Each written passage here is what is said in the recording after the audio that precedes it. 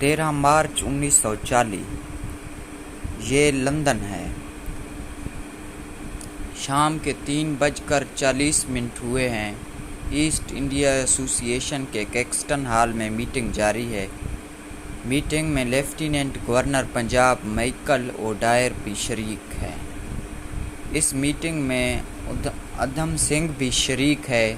ایک آگ ہے جو ادھم سنگھ کے سینے میں گزشتہ 21 سال سے جل رہی ہے۔ اپنے لوگوں کی موت کے انتقام کی آگ۔ برسوں اس دن کا انتظار کیا گیا تھا۔ ہزاروں میل کا فاصلہ طے کیا گیا تھا۔ پنجاب کے بیٹے کو اپنی دھرتی پر بہائے گئے خون کا بدلہ لینے کا موقع ملا تھا۔ مائیکل اوڈائر گورنر پنجاب ثانیہ امرتسر کے وقت پنجاب کا گورنر تھا اور ادھم سنگھ پنجاب کا بیٹا تھا۔ پنجاب کا مان، پنجاب کا فخر، دھرتی کا بیٹا جو آج بھی دھرتی کا غرور ہے۔ پنجاب کے بیٹے نے بالآخر 21 سال بعد اپنا قرض چکا دیا تھا۔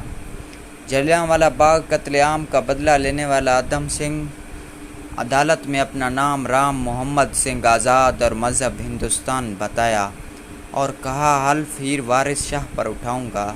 ادھم سنگھ کا پیدائشی نام شیر سنگھ کمبوہ تھا۔ شیر سنگھ کمبوہ 26 دسمبر 1899 کو پٹیالہ کی ریاست سونم میں پیدا ہوا۔ اس کا باپ تیال سنگھ ریلوے کراسنگ پر واچ مین کی نوکری کرتا تھا۔ 7 سال کی عمر سے پہلے اس کے والدین وفات پا گئے اور 24 اکتوبر 1907 کو شیر سنگھ اپنے بھائی مکتا سنگھ کے ساتھ سینٹرل خالصہ یتیم گھر امرتسر میں رہنے لگا، جہاں انہیں نئے نام ملے، شیر سنگھ کو ادھم سنگھ اور مکتا سنگھ کو سادھو سنگھ۔ 1917 میں ادھم سنگھ کا بھائی فوت ہو گیا، جس کے بعد وہ دنیا میں اکیلا رہ گیا۔ 1918 میں میٹرک پاس کرنے کے بعد ادھم سنگھ نے یتیم خانہ چھوڑ دیا۔ اپریل کی 10 تاریخ 1919 کو دو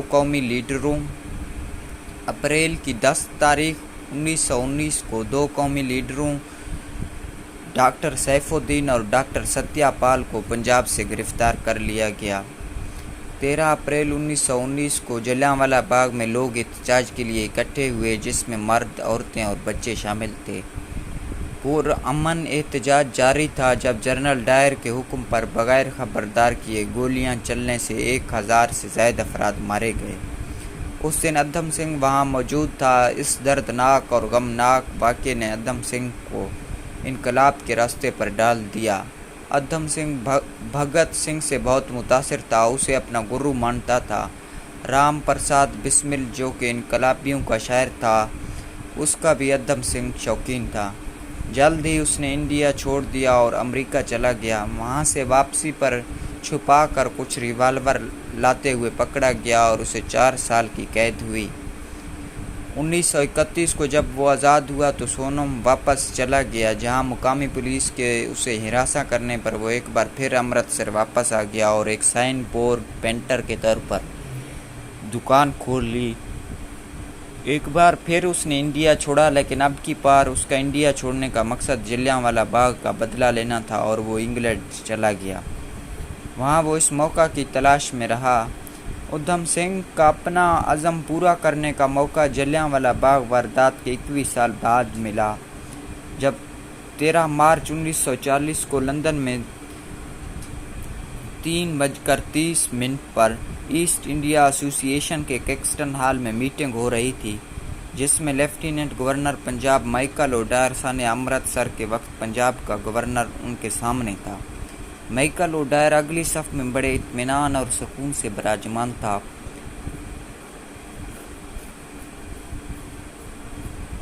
اس کو معلوم نہیں تھا کہ ادھم سنگھ اس کی موت کی صورت اس حال میں کچھ فاصلے پر موجود ہے۔ یوں ہی تقاریر کا سلسلہ شروع ہوا اور کچھ وقفہ کے بعد مائیکل اوڈائر کا نام نشر ہونے پر وہ اسٹیج پر تقریر کرنے کے لیے کھڑا ہوا۔ تقریب کی جگہ پستول کی گولیوں سے گونج اٹھی اور جلیانوالہ باغ کا ماسٹر مائنڈ جنرل ڈائر اسٹیج پر ڈھیر ہو گیا۔ اسے 2 گولیاں لگی تھیں جنہوں نے اس کے دل کو چیر دیا تھا۔ حاضرین کی صفوں میں ادھم سنگھ پستول ہاتھ میں لیے کھڑا تھا۔ اس کے چہرے پر اطمینان کی ایک جھلک تھی۔ اسے گرفتار کر لیا گیا۔ اس نے اقبال جرم کرتے ہوئے کہا کہ وہ جلیانوالہ باغ میں مارے گئے نہتوں کا انتقام لینے کے لیے ہندوستان سے آیا تھا اور اس نے جو کچھ کیا ہے اس پر اسے فخر ہے۔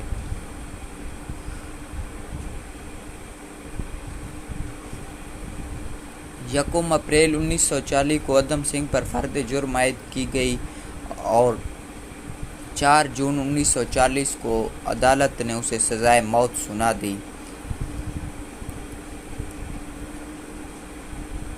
4 جون 1940 کو سینٹرل کرمنل کورٹ اولڈ بیلی میں جسٹس ایٹکنسن کے سامنے اس کا ٹرائل ہوا، جس نے اسے موت کی سزا دی۔ ایک اپیل بھی اس کی طرف سے فائل کی گئی جو کہ 15 جولائی 1940 کو خارج کر دی گئی۔ 31 جولائی 1940 کو ادھم سنگھ کو پینٹن جیل لندن میں پھانسی دے دی گئی، جسے اس نے بخوشی قبول کر لیا۔ ٹرائل کے دوران جج اور ادھم سنگھ کے درمیان یہ مکالمہ ہوا۔ انگریز جج نے پوچھا، تیرا نام کیا ہے؟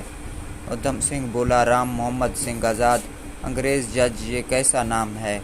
تیرا مذہب کیا ہے؟ ادھم سنگھ، ہندوستان۔ انگریز جج نے پوچھا، حلف کس پر اٹھائے گا؟ بولا، ہیر وارث شاہ پر۔ ادھم سنگھ نے کہا، میں نے یہ اس لیے کیا کیونکہ مجھے جنرل ڈائر پر غصہ تھا اور وہ اسی کا مستحق تھا۔ وہ اصل مجرم تھا، وہ میرے لوگوں کا حوصلہ ختم کرنا چاہتا تھا، سو میں نے اسے ختم کر دیا۔ 21 سال سے میں بدلہ لینے کی کوشش میں تھا اور میں خوش ہوں کہ میں نے اپنا کام پورا کر دیا۔ میں موت سے ڈرتا نہیں ہوں، میں اپنے وطن کے لیے مر رہا ہوں۔ برٹش حکومت کے اندر میں نے اپنے لوگوں کو بھوک سے مرتے دیکھا، میں اس کے خلاف احتجاج کرتا ہوں اور یہ میرا فرض ہے۔ اس سے زیادہ کرم مجھ پر کیا ہو سکتا ہے کہ اپنے وطن اور اپنے لوگوں کی خاطر جان دے دوں۔ جولائی 1940 کو ادھم سنگھ کو پینٹن وائل جیل لندن میں پھانسی دے کر جیل کے احاطے میں دفنا دیا گیا۔ یاد رہے کہ ادھم سنگھ کے پاسپورٹ پر اس کا نام آزاد سنگھ لکھا ہوا تھا۔ شیر سنگھ، ادھم سنگھ، آزاد سنگھ اور رام محمد سنگھ آزاد کی پھانسی دراصل ایک نئے آدمی کا جنم تھا۔ کئی سال تک ان کا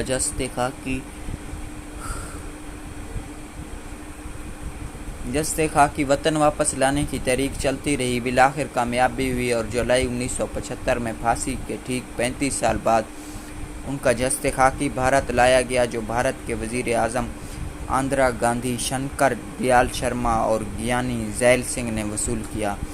پھر اسے جلیانوالہ باغ لایا گیا، جیسے اس باغ میں مرنے والوں سے صرف یہ کہنے کے لیے آیا ہو کہ تمہارا بدلہ لے کر آ گیا ہوں۔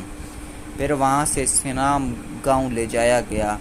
ادھم سنگھ کی آخری رسومات تینوں قوموں پر ایک فرض تھا، جو ایک پنڈت، ایک مولوی اور ایک سکھ کرنٹی نے پنجاب کے وزیر اعلیٰ گیانی زیل سنگھ کی قیادت میں مل کے ادا کی۔ کوئی سوغات وفا دے کے چلا جاؤں گا، تجھ کو جینے کی ادا دے کے چلا جاؤں گا۔ میرے دامن میں اگر کچھ نہ رہے گا باقی، اگلی نسلوں کو دعا دے کے چلا جاؤں گا۔ تیری راہوں میں میرے بعد نہ جانے کیا ہو، میں تو نقشے کفِ پا دے کے چلا جاؤں گا۔ میری آواز کو ترسے گا تیرا رنگ محل، میں تو ایک بار صدا دے کے چلا جاؤں گا۔ میرا ماحول رلاتا ہے مجھے آج، مگر تم کو ہنسنے کی فضا دے کے چلا جاؤں گا۔ باعث امن و محبت ہے اگر میرا لہو قطرہ قطرہ بخدا دے کے چلا جاؤں گا۔